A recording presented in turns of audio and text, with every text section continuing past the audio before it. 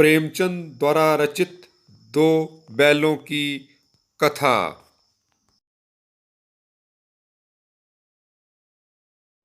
बच्चों, आज हम मुंशी प्रेमचंद द्वारा रचित दो बैलों की कथा के दूसरे भाग का अध्ययन करेंगे।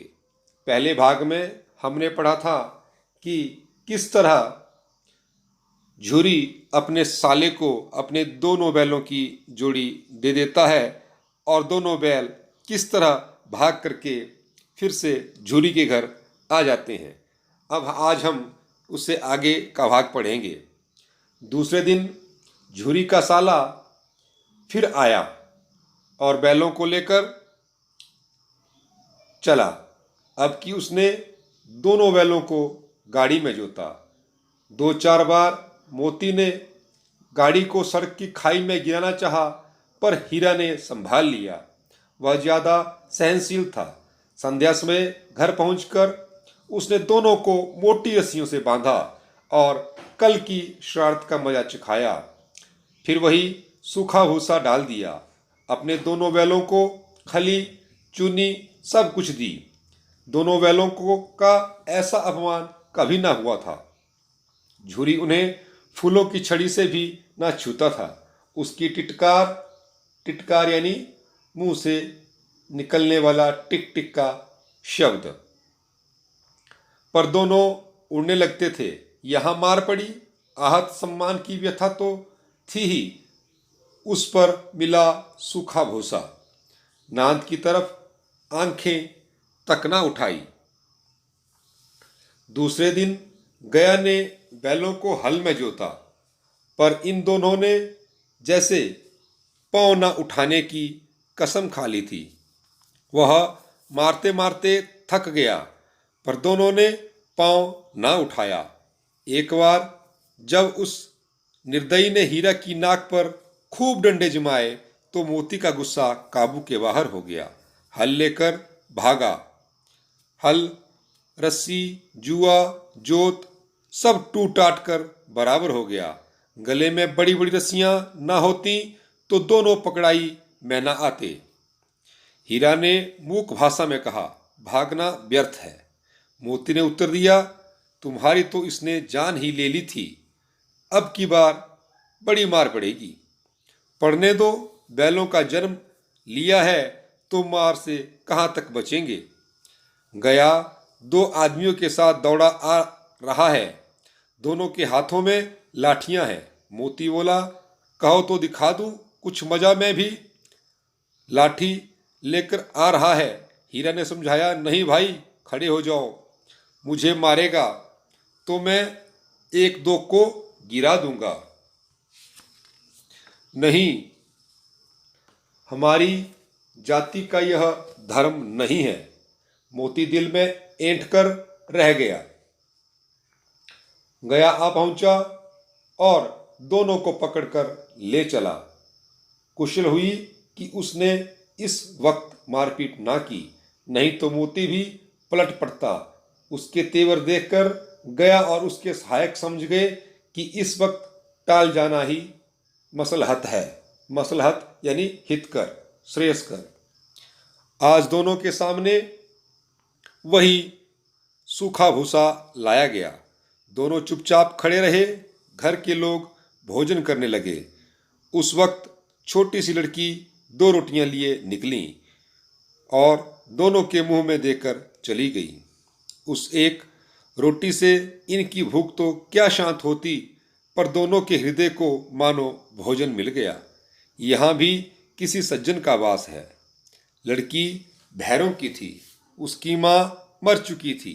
सौतेली माँ उसे मारती रहती थी। इसीलिए इन बैलों से उसे एक प्रकार की आत्मीयता हो गई थी। मतलब पशु भी स्नेह के भूखे होते हैं। यह प्रेमचंद जी ने छोटी बालिका के माध्यम से यह बताने का प्रयास किया है।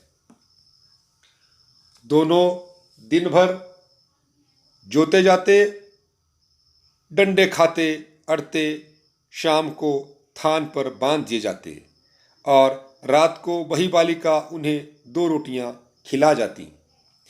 प्रेम के इस प्रसाद की यह बरकत थी कि दोनों दो दो गाल सूखा भूसा खाकर भी दोनों दुर्बल न होते, मगर दोनों की आंखों में रोम रोम में विद्रोह भरा हुआ था। एक दिन मोती ने मूक भाषा में कहा, अब तो नहीं सहा जाता हीरा, क्या करना चाहते हो? एक आध को सींगों पर उठाकर फेंक दूंगा, लेकिन जानते हो वह प्यारी लड़की जो हमें रोटियां खिलाती है उसी की लड़की है जो इस घर का मालिक है। यह बेचारी अनाथ हो जाएगी तो मालकिन को ना फेंक दूं? वही तो उस लड़की को मारती है। लेकिन औरत जात पर सींग चलाना मना है, यह भूले जाते हो? तुम तो किसी तरह निकलने ही नहीं देते। बताओ, तुड़ाकर भाग चले? हाँ, यह मैं स्वीकार करता हूँ, लेकिन इतनी मोटी रस्सी टूटेगी कैसे? इसका एक उपाय है। पहले रस्सी को थोड़ा सा चबा लो, फिर एक झटके में जाती है। रात को जब बालिका रोटियां खिलाकर चली गई, दोनों रस्सियां चिबाने लगे, पर मोटी रस्सी मुंह में ना आती थी। बेचारे बार बार जोर लगाकर रह जाते थे।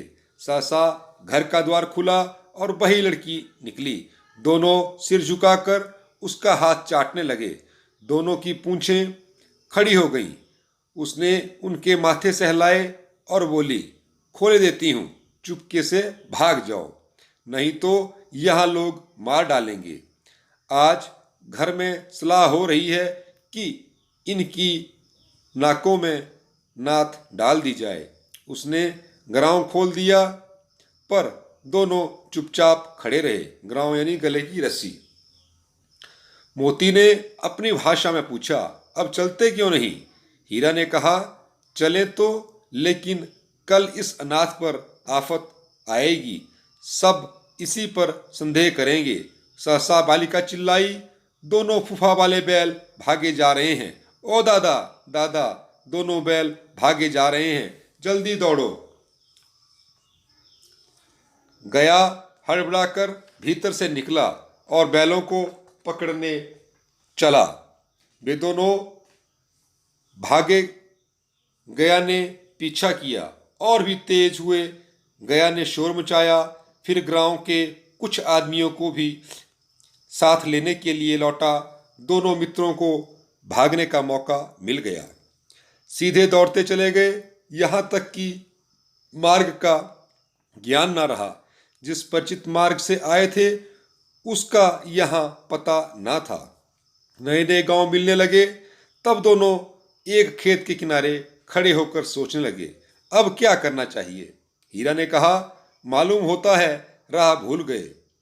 तुम भी बेतहासा भागे, वहीं उसे मार गिराना था। उसे मार गिराते तो दुनिया क्या कहती? वह अपना धर्म छोड़ दे, लेकिन हम अपना धर्म क्यों छोड़ें? दोनों भूख से व्याकुल हो रहे थे। खेत में मटर खड़ी थी, चरने लगे।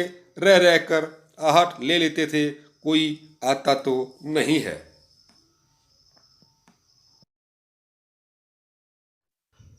दो बैलों की कथा।